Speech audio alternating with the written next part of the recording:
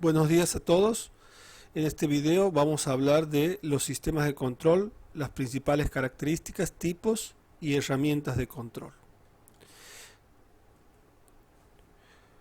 Como ustedes saben, hasta ahora en la asignatura hemos visto el sistema como un proceso de verificación entre dos situaciones, una situación planificada y una situación real. En este video vamos a hablar de cuáles son las características de los sistemas de control eficaces. Algunas de las características de los sistemas de control eficaces son la economía, es decir, que uno al diseñar un sistema de control debe tener en cuenta que controlar es costoso. Por ende, lo que se controla debe ser el proceso de controlar tiene un costo y esa relación costo-beneficio de controlar debe ser positiva. Por ejemplo, si nosotros tenemos un maxi kiosco y deseamos controlarlo e implementar un sistema de contabilidad, por ejemplo, y empezamos a hacer cotizaciones, vamos a ver que si elegimos, por ejemplo, un sistema como puede ser Tango Gestión, probablemente el valor de comprar ese sistema sea mayor al valor del maxi kiosco que se desea controlar. En ese caso no tiene sentido, tal vez con un simple Excel se puede realizar todos los controles necesarios de facturación y demás cuestiones. Es decir, la economía es un factor fundamental a la hora de implementar un sistema de control. Siempre tienen que analizar la relación costo-beneficio de ese sistema de control. Después viene la operatividad, que es la metodología que se va a aplicar. Esa metodología debe ser sencilla en su uso y debe ser aceptada y entendida por todos los miembros de la organización. Es decir, si uno busca procesos de control muy sofisticados que la gente no los entiende, puede caer en controles ineficaces, que no son aceptados por la cultura de la organización. Otro concepto importante es la congruencia del control. Es decir, que estos deben ser congruentes, coherentes con la organización y con el objetivo que se desea lograr. Es decir, el control debe estar en congruencia con los objetivos de esa organización. Después está la significatividad. La significatividad se refiere a que no se puede controlar todo. Es decir, uno tiene que elegir cuáles son las áreas claves de desempeño y dentro de las áreas claves de desempeño los puntos críticos que se van a controlar. Recuerden que no se puede controlar todo en todo el tiempo, porque controlar es costoso. Esa significatividad, es decir, por ejemplo, si definimos el área de ventas como un área clave de desempeño, la caja podría ser un punto crítico a controlar. Después, en cuanto a la oportunidad, es decir, el control debe ser adecuado y debe ser en el momento propicio, en el momento indicado que se desea controlar. Por ejemplo, volviendo al tema de la caja. La caja, los momentos propicios para controlar son a la apertura y al cierre de la caja. ¿Por qué? Porque si uno controla tardíamente, el control no sirve, es ineficaz. Ahora vamos a pasar a hablar de cuáles son los principios básicos de los sistemas de control. El primero es control por excepción. ¿Qué quiere decir esto?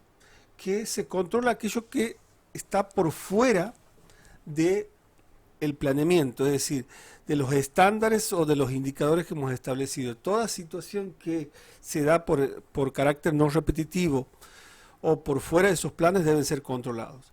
Luego está el control por oposición de intereses, es decir, que el proceso de control no puede estar estrictamente asignado a una sola área o a un solo responsable, sino que el control debe ser transversal. Se deben asignar varios responsables a un determinado proceso de control para garantizar la imparcialidad de ese control y la transparencia. Otro aspecto importante es que los niveles jerárquicos de las unidades controladas deben ser como mínimo en igualdad de condiciones de las unidades controladas, es decir, en el escalafón o en el organigrama de la empresa, las unidades controlantes deben estar en el mismo nivel que las unidades controladas. Generalmente, por ejemplo, cuando se establece el área de control de calidad en sistema de producción, el control de calidad tiene rango de gerencia o directamente de staff y depende de la cabeza. Es decir, no se puede el área de control de calidad depender del gerente de producción, porque en este caso va a perder independencia. Hablemos de los tipos de control. Los tipos de control son tres. El preventivo, es decir, el ex ante, el que se realiza antes de realizar la tarea. Este es el más deseable para las organizaciones, ya que es el que nos evita, es el más económico de todos, hace a las veces de presupuesto para realizar una acción y se basa en las normas y procedimientos previos a elaborarlo. Por ejemplo, en un restaurante existen normas y procedimientos para el sistema de productivo, que en ese caso es la cocina, que se deben llevar a cabo para evitar futuros inconvenientes, ¿no? Estos procesos que hacen a la higiene y a los procesos de, por ejemplo, cocción de la carne, deben ser estudiados antes y no después, porque una vez que ya, si uno no los lleva, no los tiene previstos y no los realiza, el costo de esa situación conlleva pérdida de clientes y la verdad que un buen sistema de control siempre tiene que tener un elemento preventivo. Después está el control concurrente, que es el que se realiza concomitante o en el mismo momento de la acción, que debe tener herramientas rápidas para identificar cuáles son los problemas y corregirlos.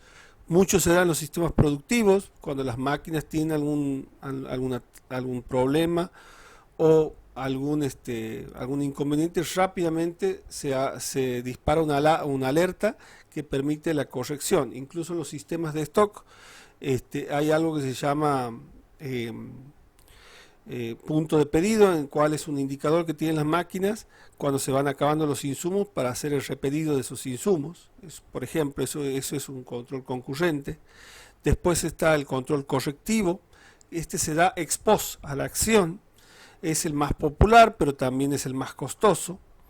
Esto nos permite, también se conoce como control de retroalimentación y nos permite corregir las desviaciones una vez efectuada la acción. Los tres son muy importantes, pero nosotros haremos hincapié en el preventivo, que es el más económico de los tres.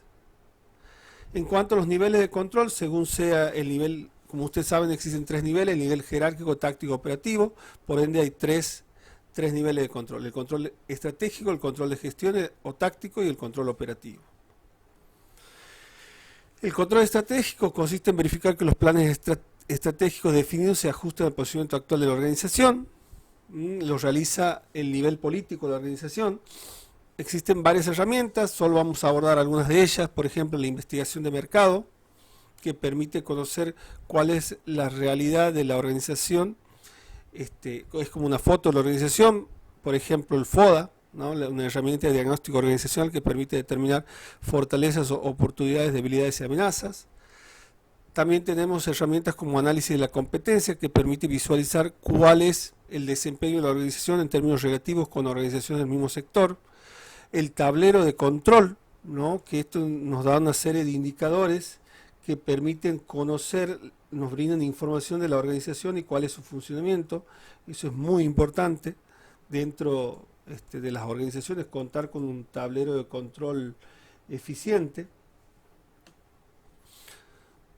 El control de gestión o control táctico es un proceso que permite evaluar los desempeños de cada una de las áreas mediante la utilización de índices o ratios, que permite medir el desempeño de las decisiones no programadas o semi programadas. En esto tenemos el control presupuestario, que es el básico. Cuando uno elabora un presupuesto es porque pone expresa en valores numéricos un determinado plan, y esto es muy importante a la hora de iniciar una gestión. Después está la auditoría de gestión, que son un conjunto de procedimientos y de herramientas administrativas que nos ayudan a detectar errores o inconsistencias. están los índices o ratios de gestión. Esto tiene que ver con cocientes, donde lo que hacemos es el balance dentro de la organización. Ustedes saben, el balance seguramente lo van a ver en contabilidad, tiene distintos rubros, ¿no? Tenemos el activo, el pasivo, el patrimonio neto. Dentro del activo vamos a tener disponibilidades, créditos, bienes de uso. Después en el pasivo vamos a tener pasivo corriente, pasivo no corriente, deudas comerciales, deudas bancarias, deudas fiscales. Y en el patrimonio neto seguramente vamos a tener el capital, a menos de que también tenemos el estado de resultado con los ingresos y los egresos. Estos ratios permiten evaluar y determinar la relación que existen entre el numerador y el denominador. En este caso son las cuentas, rubros, o bien componentes del activo, patrimonio neto o pasivo. El tablero de control también, al igual que lo mencionamos anteriormente, son indicadores que nos permiten efectuar la valorización del desempeño de la organización casi en tiempo real. Hablando un poquito de los índices de gestión, como les decía, son cocientes que se traen entre cuentas, cuenta de rubros, rubros entre sí o grupo de rubros o balance de resultados. Las más conocidas, existen muchas, ustedes después a medida que vayan avanzando en la carrera van a ver muchas en contabilidad, en análisis e interpretación de estados contables, pero vamos a mencionar algunas de ellas. Por ejemplo, el índice de rentabilidad utiliza la utilidad neta sobre activo total, nos brinda información sobre la productividad de los activos. El índice de liquidez, activo corriente sobre pasivo no corriente, es la capacidad de pago a corto plazo que posee la empresa. El índice de endeudamiento, que es el pasivo total sobre el patrimonio neto. Esto nos dice cuánto de nuestro patrimonio, los intereses de terceros, cuánto representa sobre nuestro patrimonio. Es un indicador muy importante. Después tenemos el control operativo, que se centra en verificar las operaciones programadas y planificadas se ajusten a lo realizado. Es de corto plazo y requiere una corrección y regulación casi automática. Se realizan los niveles bajos de la organización. Las principales herramientas, bueno, la herramienta principal aquí es la contabilidad. Recuerden que la contabilidad es un sistema de información que consiste en el registro de las operaciones que realiza la organización y son fundamentales para realizar el control operativo. El diagrama de PERT ya lo hemos visto como una herramienta. Es una herramienta que permite conocer cuál es el seguimiento de una determinada actividad o conjunto de actividades, con los tiempos y los procesos que se van a realizar en cada una de ellas. El punto de equilibrio, que es un gráfico que nos permite conocer, establecer una relación entre ingresos y egresos, y nos permite conocer un punto en el cual determinada actividad es rentable o da pérdida. El cursograma son gráficos también que determinan cuál es el flujo de actividades a realizar. Cuál es el flujo de actividades a realizar y cuáles son las distintas áreas que intervienen en esas actividades. Y por último, el tablero de control operativo, que a diferencia de los anteriores se centra en los niveles bajos de la organización. Eso en cuanto a las herramientas. Espero que les hayan servido este video y que les pueda ser útil en el aprendizaje de las actividades. Recuerden que también van a tener una síntesis, la explicación del video y las actividades correlativas a este video. Espero que les haya servido y muchas gracias.